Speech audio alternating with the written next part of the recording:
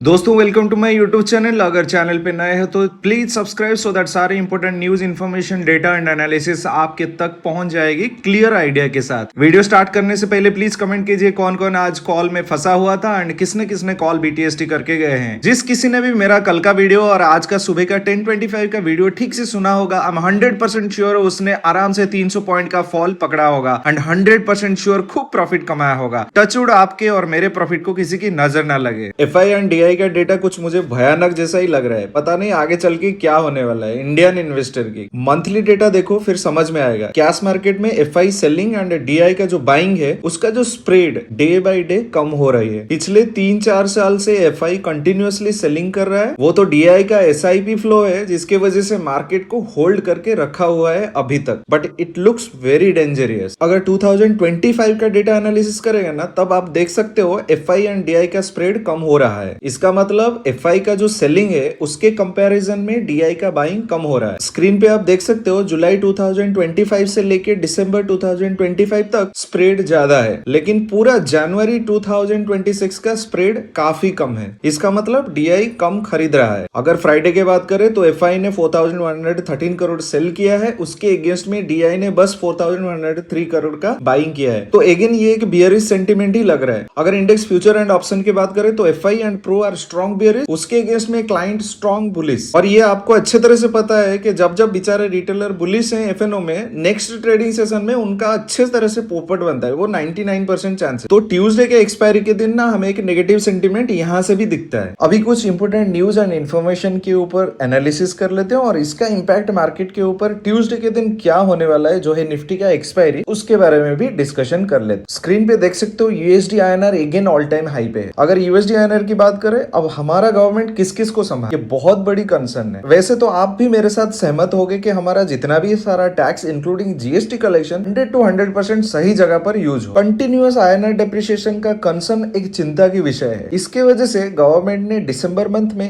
1 lakh crore bond market में liquidity inject through open market operation and 5 billion USD through currency swap का announcement किया था, जिसके चलते थोड़ा बहुत आईएनआर में अप्रिसिएशन हुआ था। लेकिन अब देखो फिर से आईएनआर लगभग ऑल टाइम हाई पे आ गया है। फिर से कल आरबीआई ने 1.25 trillion bond market OMO and 10 billion USD currency swap का अनाउंसमेंट किया है, which is almost double of December announcement. First attempt जो दिसंबर में हुआ था वो इतना सक्सेसफुल नहीं रहा। अब देखते हैं इसका क्या होगा। I still have a doubt, ये ऐसे ही चलता रहेगा जब तक ट्रेड डील का कोई सोल्यूशन नहीं निकल के आता। और एक चीज, ये जो अनाउंसमेंट है ये मार्केट क्लोज होने के बाद ही आया था, फ्राइडे के दिन। अगर ये पहले आ जाता तो ट्यूसडे के दिन फिर गेम कैसे होता।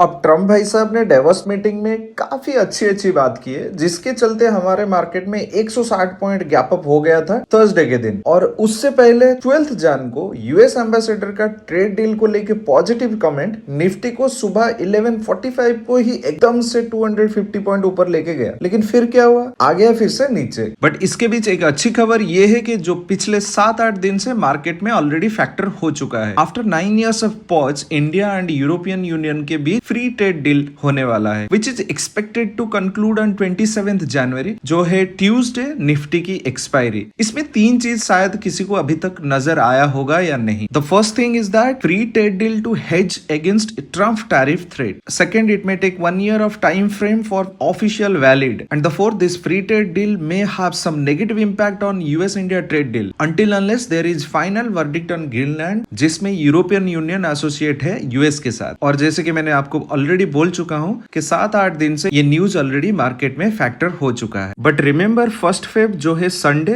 बजट का discussion. And good news is that उस दिन भी मार्केट खुला रहेगा। एंड इस बार 3-4 चीजों के ऊपर सबकी नजर। फर्स्ट, इंडिविजुअल टैक्स पेयर का टैक्स ब्रैकेट, जो already last year budget discussion में 12 लाख का tax relief under new regime, ये एक वजह है एसआईपी फ्लो का एंड डीआई का धाकड़ कैश मार्केट में buying. As per my analysis, I do not expect any further revision in individual tax paying brackets. Second, market investor की expectation exemption on long term capital gain. As per my analysis, until unless there is an exemption on long term capital gain, FI selling करते रहेंगे। Third, अभी तक का free trade deal में defence के ऊपर बहुत फोकस है। So इस साल का budget focus mostly on defence and उससे जुड़े industry. As per my analysis, infrastructure development should be the key focus area along with other things. अगर आप CGA वेबसाइट में चेक करोगे, you will get to know last last year जो capital expenditure budget allocation हुआ था उसका बस 46% ही दिसंबर तक यूज हुआ है। सो इसका मतलब एक्चुअल बजट स्पेंडिंग कम हुआ है। तो इस बार कोई बजट एलोकेशन में इंक्रीमेंट देखने नहीं मिलेगा। बाय द वे एक चीज मेंशन करना भूल गया, जो European Union 20% tariff on Indian import because of carbon border adjustment is not going to have major impact, and obviously this is a norm for European country for carbon emission control and it's natural. This news doesn't have any kind of